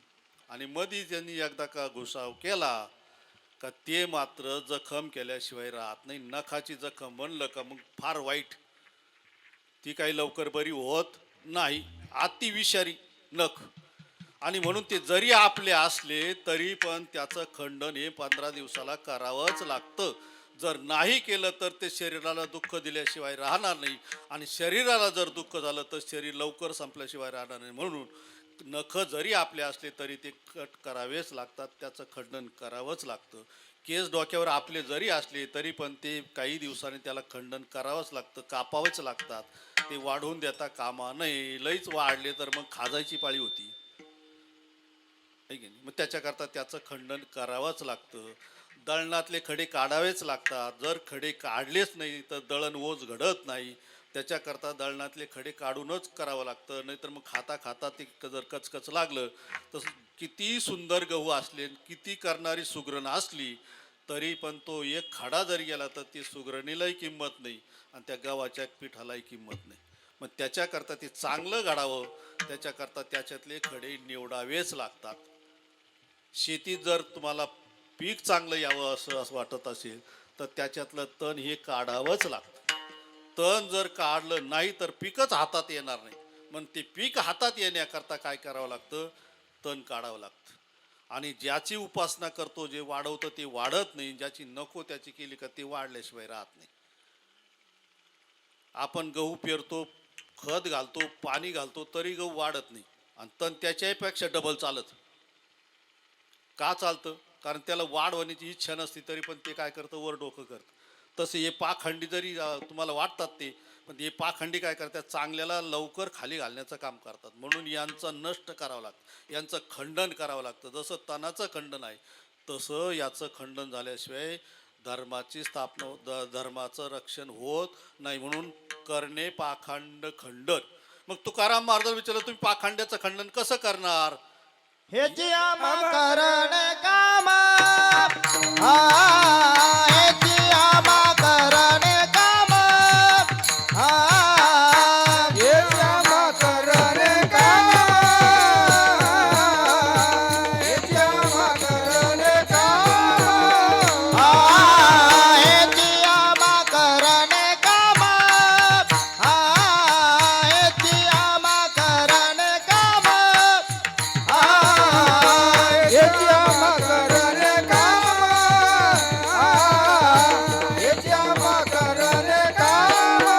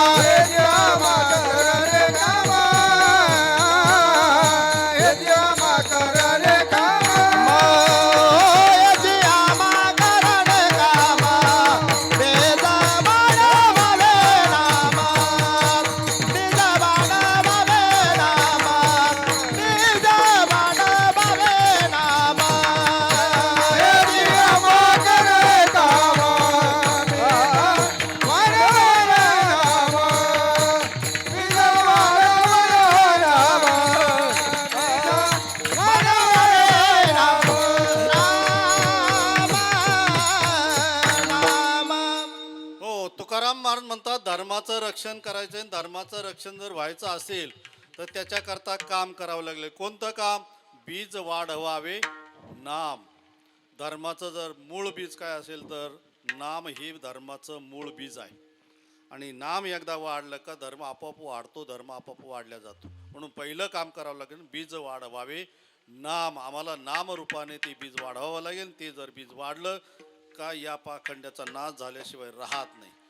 मी एक उदाहरण सांगतो आणि सेवेला समाप्त, कारण 9 वाजलेले, टाइम संपलेला आहे. बीज का वाढवायचं? कारण बीज वाढवायचं एवढ्या करता वाढवायचं का ते बीज जर नाही वाढलं तर मग समाज मात्र दुःखी झाल्याशिवाय राहणार नाही. मग त्याच्यातलं व्यवहारातलं एक उदाहरण आहे. एक राजा आणि त्या राजाची मंडळी, बायको आणि एक प्रधान असतो. त्या प्रधानावर राजाचं इतकं प्रेम असतं, इतकं प्रेम असतं का खूपच प्रेम असतं. सर्व विश्वास त्या प्रधानावर असतो आणि प्रधानावर खूप विश्वास सगळं काही. पण राणी आल्यानंतर राणीला वाटतं हे राजेसाहेब काय करतात, ह्या माणसावर सगळा विश्वास ठेवतात आणि सगळा व्यवहार तोच करतो. आपल्याला काही सांगत नाही, काही म्हणत नाही, काही बोलत नाही, काही विचारत नाही, सगळं त्याच्या त्याच्या मनानेच करतो. मग आता काय करू, याला आपण बदलण्याचा प्रयत्न करू. पण मग बदलायचं जरी म्हटलं तर त्याच्या तोडीचा माणूस लागेल, त्याच्या तोडीचं कोणतरी पाहिजे. मग आता त्याच्याकरता शोधाशोध केली. शोधाशोध करता करता तिला तिचाच भाऊ सापडला आणि भाऊ सापडल्यानंतर तिनं विचार केला का आता आपला भाऊ तर लंडनहून शिकून येले, तो 2-4 भाषा बोलतो. एकच भाषा नाही, त्याला 4-5 भाषा येतात आणि खूप शिकलेला आहे, तो ग्रॅज्युएट झालेला आहे, खूप शिकून आलेला आहे. आणि मग आता असं जर प्रधान जर केला तर मग आपलं कल्याण होईल का नाही? कारण त्याला सगळे व्यवहार आहे, बाहेर देशात सुद्धा त्याला व्यवहार करता येईल, त्याला भाषा बोलता येईल. आमच्या या प्रधानाला काहीच नाही, आडाणी प्रधान आहे, 2री-3री शिकल्याला. फक्त आता पहिल्यापासून आहे म्हणून राजाचा त्याच्यावर विश्वास आहे आणि राजा त्याला काम सांगतो तोही करतो. पण अशा अडाणी काय कामाचे? मग याच्या ठिकाणी कसं असावं, शिकेला असावा, चांगला असावा. आणि म्हणून राणीनं काय केलं, सगळं काम उरलं का संध्याकाळी राजा झोपायला आला का त्यांनी कुरकुर सुरू करावी. का हो, ह्या प्रधानाला बदलून आपला प्रधान बदलून घ्या ना, चांगला शिकेल प्रधान करा ना. या अडाण्याला कशाला ठेवता, तो शिकेल नाही, 2री शिकेल, त्याला काही सही सुईची येत नाही, काही येत नाही आणि एकच भाषा येते त्याला. राजाने सांगितलं तुझं काय इच्छा आहे? नाही म्हणे, चांगलं जर शिकेल असलं तर जरा व्यवहार चांगला होईल. हा पण म्हणे मग तसं माणूसही मिळाला पाहिजे ना. तिनं सांगितलं माझा भाऊ आहे, लंडनला शिकून आलेला आहे, 2-3 भाषा येतात त्याला आणि त्याला जर ठेवलं तर चांगलं होईल. पण राजानं विचार केला. राजाला वाटलं आपला प्रधान खूप हुशार आहे, चांगला आहे आणि इमानदार आहे. आता हिचा भाऊ ठेवायचा आहे म्हणून हिचंच कुटकुट चालली का त्याला बदला आणि याला ठेवा, त्याला बदला आणि याला ठेवा. पण मग आता हा शिकेल जरी असला तरी पण मग याच्या समाजाबद्दल किती प्रेम आहे, आपल्यावर किती प्रेम आहे. आणि म्हणतात बायकोचा भाऊ घरात नसावा, असं काही ते शास्त्र आहे.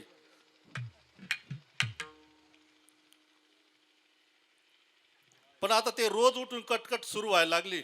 घरी गेलं का ती कटकट, घरी गेली की कटकट. मग मनुष्य वैतागतो आणि वैतागल्यानंतर विचार करतो बरं जाऊ दे, एखाद्या वेळी हिच्या मनासारखा का होईना पण भाऊ दे एकदाच. राजाला माहिती होतं. राजाने सांगितलं काय हरकत नाही, मी तुझ्या भावाला पण प्रदान करतो, पण मी एक परीक्षा घेईल आणि त्या परीक्षेत जर तो पास झाला तर घेईल, नाही तर मग नाही घेणार. तो किती शिकेल असू दे, पण माझ्या परीक्षेला उतरला पाहिजे आणि परीक्षा घेतली पाहिजे माणसाने. मग राणीनं सांगितलं तुम्ही काही करा, तुमच्या प्रधानापेक्षा मा भाऊ कितीतरी हुशार आहे, 4-5 भाषा आहे, त्यानं इंग्लिश शिकलेला आहे आणि बाहेर देशातून आलेला आहे. तुमचा प्रधान कुठं जायला नाही काय नाही, त्याला काय येणार आहे? तुम्ही कुठंही काही विचारा, कोणताही प्रश्न विचारा, माझा भाऊ उत्तर देईल. म्हणजे काय हरकत नाही. आणि मग हे ठरलं रात्री दोघांचं. आणि ठरल्यानंतर राजानं दुसऱ्या दिवशी मिटिंग घेतली, सगळे बोलवले गाव, सगळे मंत्री संत्री सगळे काय असतील तेवढे सगळे नोकरदार सगळे बोलवले आणि सगळे बोलवले. मिटिंग घेतली. मिटिंग घेतल्यानंतर सांगितलं का आपल्याला प्रधान बदली करायचे, प्रधानाला थोडं काय करायचं, बदली करायचं आहे, त्यांना प्रमोशन द्यायचं आहे आणि यांना त्या ठिकाणी ठेवायचं आहे. पण आपण आता एकदम काही निर्णय घेणार नाही. आपला निर्णय असा आहे का आपल्याला प्रधान बदलायचं आहे, पण अगोदर त्याची परीक्षा घेतल्या जाईल आणि नंतर त्याला ते स्थान दिलं जाईल. त्याच्या जो पास झाला तर, नाही तर नाही. समाजाने सांगितलं काय हरकत नाही म्हणे, आपण म्हणाल त्याप्रमाणे. पूर्वी राजावर विश्वास होता लोकांचा आणि राजाचाही लोकांवर विश्वास होता आणि पूर्वीचे राजे लोकांकरता कष्ट करत होते आणि लोकही राजाकरता कष्ट करत होते. म्हणून शिवाजी महाराजांची आरती होती बरं का, कीर्तनात जी आरती होती ना शिवाजी महाराज, त्याचं कारण आहे पूर्वीचे राजे समाजाचं कल्याणाकरता राज्य करत होते, समाजाचं कल्याण व्हावं याच्याकरता लढाया करत होते, समाजा कल्याणाकरता ते सर्व मिळवत होते, सर्व आणत होते. का आपला समाज सुखी राहायला पाहिजे, आपले बांधव सुखी राहिले पाहिजे, याच्याकरता पूर्वीचे राजे प्रयत्न करत होते. म्हणून त्यांच्या आरत्या आज लग्नामध्ये होत्या. आणि आताचे राजे काय करतात ते तुम्हाला माहिती आहे, मी सांगत नाही, तुम्हाला सगळ्याला ते राजे माहिती, सगळे तुम्ही माहिती त्यांना आहे की नाही. आणि म्हणून त्यांची 5 वर्षाला बदली होती किंवा 2 वर्षातही बदली होती, कधी मध्ये मध्ये 6 महिन्यातही बदली होती, केव्हाही बदली होती, मनाला येईल तेव्हा जशी वागतील तशी बदली त्यांची ठरलेली. म्हणून राजाला काही किंमत नाही. तसं राजाचा विश्वास होता. राजाने सांगितलं, मिटिंग भरली, सगळं झालं आणि त्या मिटिंगमध्ये राजानं काय केलं, ज्वारीचे 2 मूठ ज्वारी आणली, 2 मूठ ज्वारी आणली, एक प्रधानाला दिली आणि एक त्याच्या भावाला दिली. दोघायला 2 मुठी देऊन टाकल्या आणि राजानं सांगितलं, मी ज्या वेळेला मागन त्या वेळेला हे धान्य मला परत पाहिजे. राजानं फरमान दिलं, सांगितलं आणि सगळ्याला सांगितलं, जा आता ज्याच्या त्याच्या घरी. सगळे गेले, धान्य दोघांनी घेतलं, प्रधानाने घेतलं, जुन्या आणि नव्या अप्रधान नियम करायचा त्यांनी घेतलं, दोघांनी घेतलं. दोघं घरी गेले. घरी गेल्यानंतर हा जो होता ना लंडनहून शिकून आलेला, आता याला व्यवहारातलं काही ज्ञानच नव्हतं, हा फक्त तिकडं शिकलेला होता, इकडलं काही ज्ञान नव्हतं, काय करायचं काय नाही, ही जेवरी कशा सांगायची हेच माहीत नव्हतं त्याला.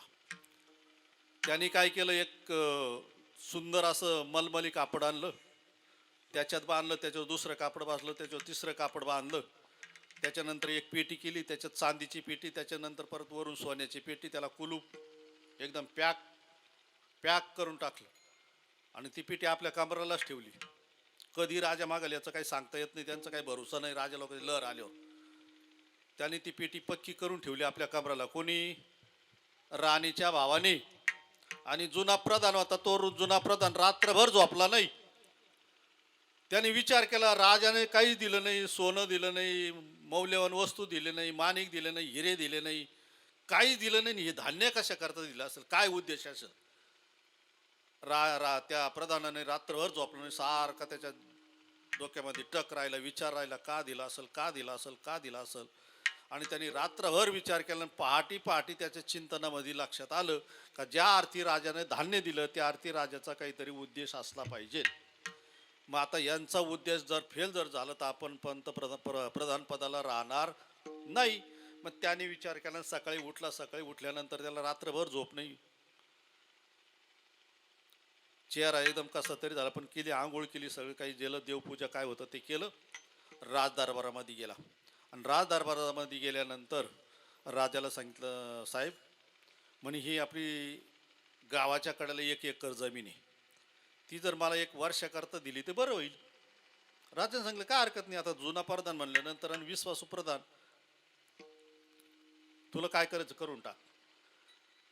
त्याने उन्हाळा जाऊ दिला आणि पावसाळा आला, आणि पावसाळाला मृगाचा पाऊस पडला, चांगला पाऊस पडला, जमीनही सुपीक होती, खताडू होती, गावचं सगळं खत तिच्यात होतं, सोनखताने पूर्ण झालेली होती ती, सगळ्यात श्रेष्ठ खत सोनखत. पेरली त्याने ती मूठभर ज्वारी, मूठभर ज्वारी पेरली, 1.5 पोतं ज्वारी झाली ती, सोंगून आणली, ठेवली. राजानं काय मागितली नाही. परत वर्ष गेलं, राजानं काय मागितलं नाही. परत राजाकडे गेला, राजाला म्हणे ही 10 पाईन जागा आहे ना आपली समोरची शेत, तेवढं मला दिलं तर बरं होईल. त्याने सांगितलं, तू दरवर्षी थोडं मागू राहिलं म्हणे, वाढत चाललं म्हणे हो माझी गरज आहे म्हणे काय हरकत नाही, जाय तुला काय करायचं करून टाक. त्याने ती 1.5 पोतं जेवरी पेरून टाकली. ती 1.5 पोतं जेवरी पेरली, इतकी जेवरी झाली त्या वर्षी, खूपच जेवरी झाली, 2 गोडाऊन भरली. 3रं वर्ष उजडलं, राजाला आलं ध्यान का आपण जेवरी दिलेली यांची परीक्षा घेण्याकरता. परत मिटिंग बोलवली, सगळी गावकरी बोलवले, बायकोला बोलवलं, सगळ्याला बोलवलं, तिचा भाऊ बोलावला, जुना प्रधान बोलावला, सगळे बोलावल्यानंतर समोर बसवल्यानंतर सांगितलं, हा तुमच्या दिलेले धान्य मला पाहिजे. राजानं सांगितल्यानंतर प्रधानाला विचारलं, जुन्या आणा तुमचं धान्य. त्यांनी सांगितलं, मला धान्य आणतो पण उशीर लागेल. एवढं म्हटलं, आणि याला जे आनंद झाला ना राणीच्या भावाला, त्याला वाटलं हा गेला विसरला, कुठंतरी ठेवलं, याच्या काही लक्षात नाही, याचं धान्य गेलं, आता आपलाच नंबर आहे. आपला नंबर लागला,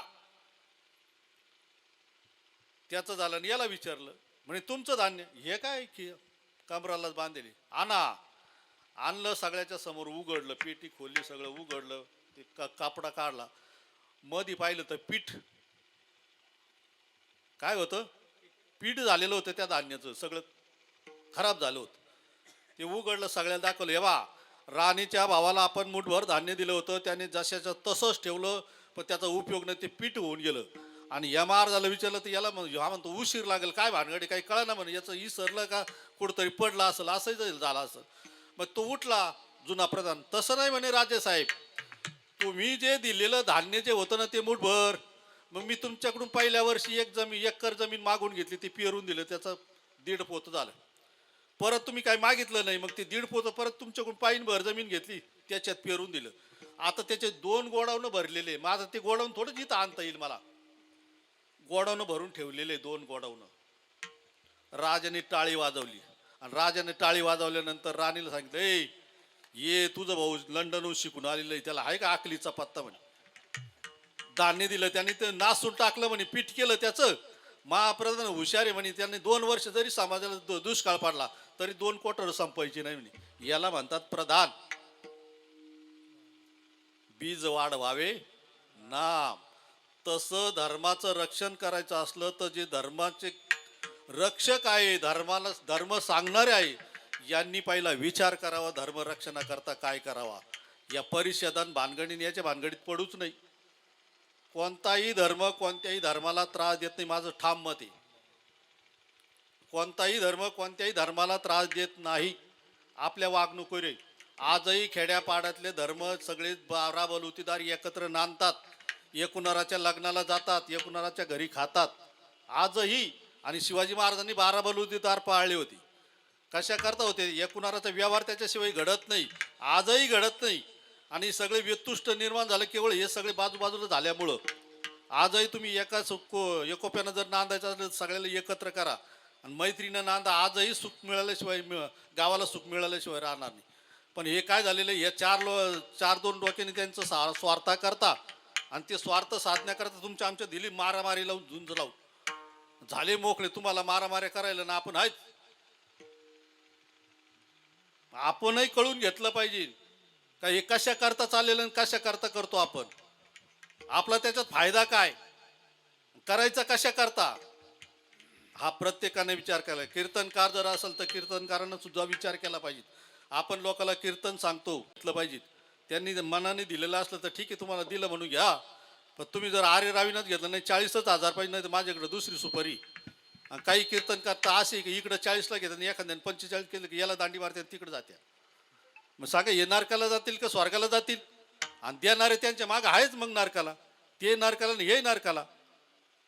म्हणून आपण करतो काय, आपला जन्म कशा करताय. आपण जन्माला आलेलो आहे, मनुष्यदेह आपल्याला प्राप्त झालेला आहे. आणि हा मनुष्यदेह प्राप्त झाला असताना आपण काय करायचं याचा विचार प्रत्येकाने केला पाहिजे. कोणाच्याही मागा लागून काही करणं याला काही उपयोग नाही. आणि हे जर केलं, समाजाच्या कल्याणाकरता जर काही कार्य करायचं ठरलं तर समाजाच्या कल्याण करायचं जर असेल तर समाजाचं कल्याण एकच आहे, बीज वाढवावे नाम. नामस्मरण करा, नामचिंतन करा. तुकाराम महाराजांनी तेच केलं. तुकाराम महाराजांनी तुम्हाला दाखवून सुद्धा दिलं का मी जे केलेलं आहे, माझ्या राजाचं रक्षण करत असताना मी सुद्धा राजाचं रक्षण केलेलं आहे. पण ते असं वितुष्ट करून आणि कोणाला मारामाऱ्या करून नाही केलं. मग ज्या वेळेला शिवाजी महाराज लोहगावच्या कीर्तनामध्ये बसले असताना यवन आले, यवनाने वेढा टाकला आणि वेढा टाकल्यानंतर सगळ्यांनी सांगितलं का आता महाराज काही जगत नाही, महाराजाला धरून नेणार. तुकाराम महाराजाला सांगितलं, तुकाराम महाराजांनी सांगितलं माझ्या राजाला कोण धरून येतो बघतो म्हणे मी. महाराजांनी भजन सुरू केलं. भजन सुरू केल्यानंतर लोकांना म्हणले टाळी वाजवा, भजन करा. लोकांनी टाळी वाजवली, भजन केलं. तुकाराम महाराज सांगितलं, ए देवा, हे लोक तुझे भजन करतात, नामस्मरण करतात, नामचिंतन करतात. आम्ही त्यांना ठोकून सांगतो तुम्ही नामचिंतन करा, नामस्मरण करा. ते नामचिंतन करतात आणि त्यांनी नामचिंतन केलं, नामस्मरण केलं, आम्ही सांगितलं त्यांनी केलं. आणि याच्यातून जर राजाला धरून नेलं तर तुझी चव जाईल, आमचं काय जाणार आहे. तेव्हा तुला त्याची काळजी आहे, तू काय करायचं ठरव. आम्ही सगळे भजन करतोय, आमच्या राजाचं रक्षण झालं पाहिजे. एवढंच वाक्य तुकाराम महाराजांनी देवाला सांगितलं. आणि त्याचा परिणाम देवाने प्रत्येक यवनाच्या मागे एक एक रूप धारण करून यवनाला पळून घातलं. एकच जण निघाला दाढीवाला आणि एकाने पाहिला तो घोड्यावर बसून गेला आणि त्यांनी लगेच सांगितलं, अहो दाढीवाला तर इधर से गया. आणि त्यांनी सांगितलं अरे तो शिवाजी. शिवाजी म्हणता म्हणता प्रत्येकाला शिवाजी दिसायचे. शिवाजी म्हणता म्हणता देवाने पार अरण्यात नेले. देवाने गुप्त रूप धारण करून घेतलं. सगळे पांगापांग करून राहिले आणि शिवाजी महाराज साली सलामत. याला म्हणायचं धर्माचे पालन करणे पाखंड खंडन. हेची आम्हा करणे काम बीज वाढवावे नाम. त्याच्याकरता नामचिंतन करा, नामस्मरण करा, बीज वाढवा. समाजाला सांगा उगा लढाया करायला लावू नका, लढाया करू नका. त्याचा परिणाम होतो. काय होतो तुमच्या समोर सगळे परिणाम दिसतात. तालुक्यामध्येचे जास्त काही लांब जायचं कारण नाही. आणि हे बंधनं हे टाकायचे कशा करता करायचे. साधूला काय करायचं बंधनाचं. साधू कधी बंधनात राहू नये. साधूनं मोकळं असतं खेळलं पाहिजे, मोकळं असताना राहिलं पाहिजे, त्याला कोणाचीच बाधा झाली पाहिजे. केवढाही शत्रू त्याच्या समोर आला तर त्याचा निर्दळन करण्याचं कार्य भगवान परमात्मा करत असतो. पण त्या भगवंतावर तेवढं नामचिंतन केलं पाहिजे, भगवंतावर तेवढा विश्वास पाहिजे ना. आपला विश्वास भगवंतावर नाही आहे, या रक्षकावर विश्वास आहे आपला, का हे आपलं रक्षण करतील. अहो वेळ आलं तर हे केव्हाही पळून जातील. यांच्यावर विश्वास नाही ठेवायचा, देवावर विश्वास ठेवा, देवाचं नामचिंतन करा. आजही धर्म जागले जाईल, आजही समाज चांगला होईल, आजही समाजाला सुख प्राप्त होईल. पण आपणच धर्म करते जर असं करायला लागलो तर काय घडणार आहे त्याच्यातून. नसताना मग या 20-20च्या याद्या यायला लागल्या. काय दोष आहे त्यांचा. आणि याद्या आल्यावर कोण पुढे झाला, कोणता पुढं आला त्याच्याकरता. जे 20 नाव आले त्यांच्याकरता कोण पुढं झालं, कोणीच पुढे येत नाही. अशा वेळेला हे तुम्हाला मोकळं सोडून देतील. मेले तरी तुम्हाला पाहणं, ते मुंबईला मारले 4 जण, कुणी समोर नाही आलं. याच्याकरता हे व्यवहार करायचे नसतात, याच्याकरता व्यवहार नाही. हा व्यवहार संताचा नाही. आणि संत असेल जे खरंच पांडुरंगाचे भक्त जर असतील तर त्यांनी नामचिंतन करावं, या भानगडीत पडू नये. आणि नामचिंतनानं जे घडल ते सगळंच घडल. आणि आजही मी सांगतो, जगामध्ये हिंदू धर्म जर समाप्त झाला तर कुणीच राहत नाही. आणि सगळे जातील पण हिंदू धर्म जाणार नाही.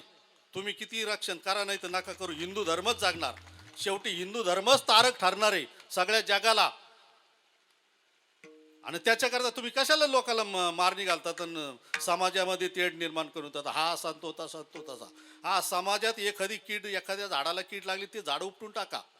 पण सगळं झाडं उपटायचे नसतात. त्याच्याकरता डाळिंबात तेले आलं म्हणून काय सगळे झाडं उपटायचे असतात का तेल्याला. मग तेल्या रोग आहे तेवढी झाडं उपटून टाका, तेवढे फळं खोडून टाका, बाकीचा भाग धरा ना. तसं समाजात एखाद्याने कृत्य केलं त्याला बाजूला करा, त्याला समाप्त करा. सगळा समाज काय आहे, चुकीचा आहे का. सगळा समाज चुकतो का, याचा विचार झाला पाहिजे. आणि याचा विचार जर करायचा असला तर त्याच्याकरता एकच बीज वाढवावे नाम. आणि मग त्याच्याकरता तुकाराम तीक्ष्ण उत्तरे हाती घेऊन बाण फिरे. त्याच्याकरता आम्ही वेळ प्रसंगी वाईट बोलण्याची जरी प्रसंग आला तरी आम्ही त्याच्याकरता वाईट बोलू. आणि ते वाईट बोलत असताना तुकाराम महाराज म्हणतात, त्या ठिकाणी थोर मोठे कोणाची आम्ही भाडभीड ठेवणार नाही. मग तो मोठा असेल किंवा छोटा असेल, कोणाची भाडभीड ठेवणार नाही. त्याच्याकरता नाही भाडभीड तुका म्हणे साना थोर. मग तो केवढाही जरी असेल तर आमच्या पुढे भाडभीड राहणार नाही. आणि आम्ही एकच करणार का, त्या धर्माचं रक्षण करणार. आणि धर्मरक्षणाकरता बीज वाढवावे नाम हीच आम्हा करणे काम. विठ्ठल विठ्ठल विठ्ठल.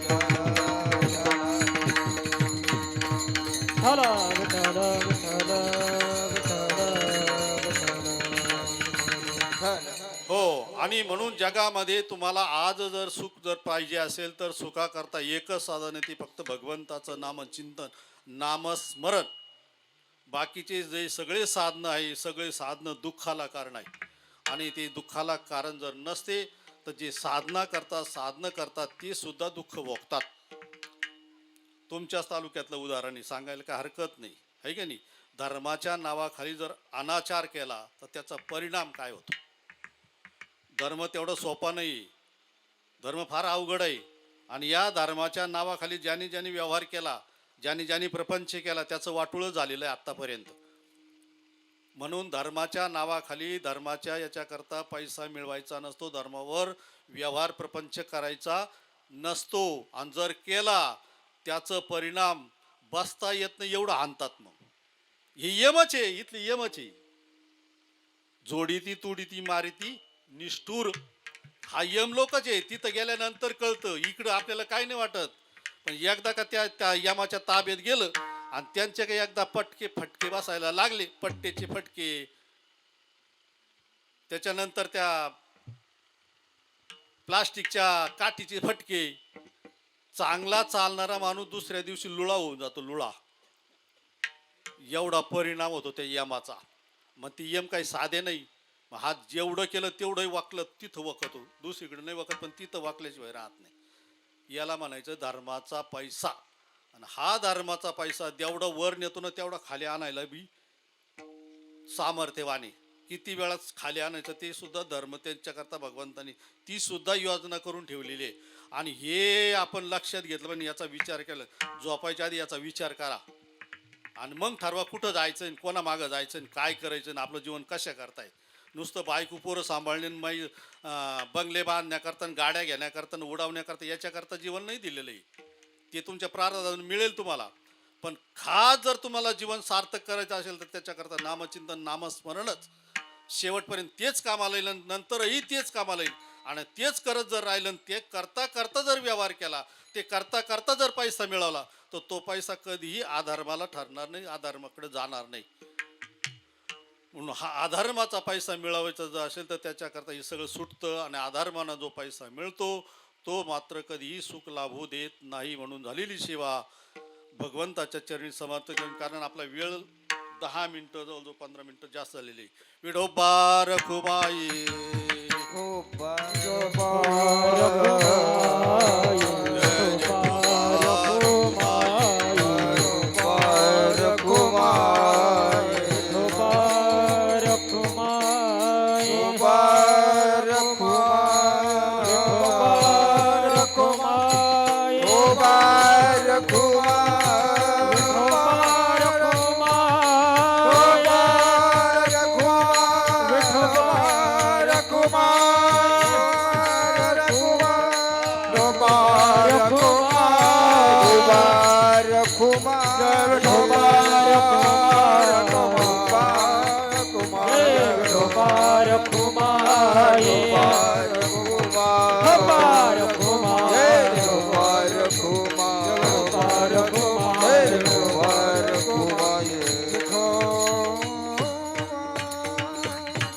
ज्ञानेश्वर मावली ज्ञानराज माऊली तुकाराम ज्ञानेश्वर माऊली ज्ञानराज माऊली तुकाराम ज्ञानेश्वर माऊली ज्ञानराज माऊली तुकाराम ज्ञानेश्वर माऊली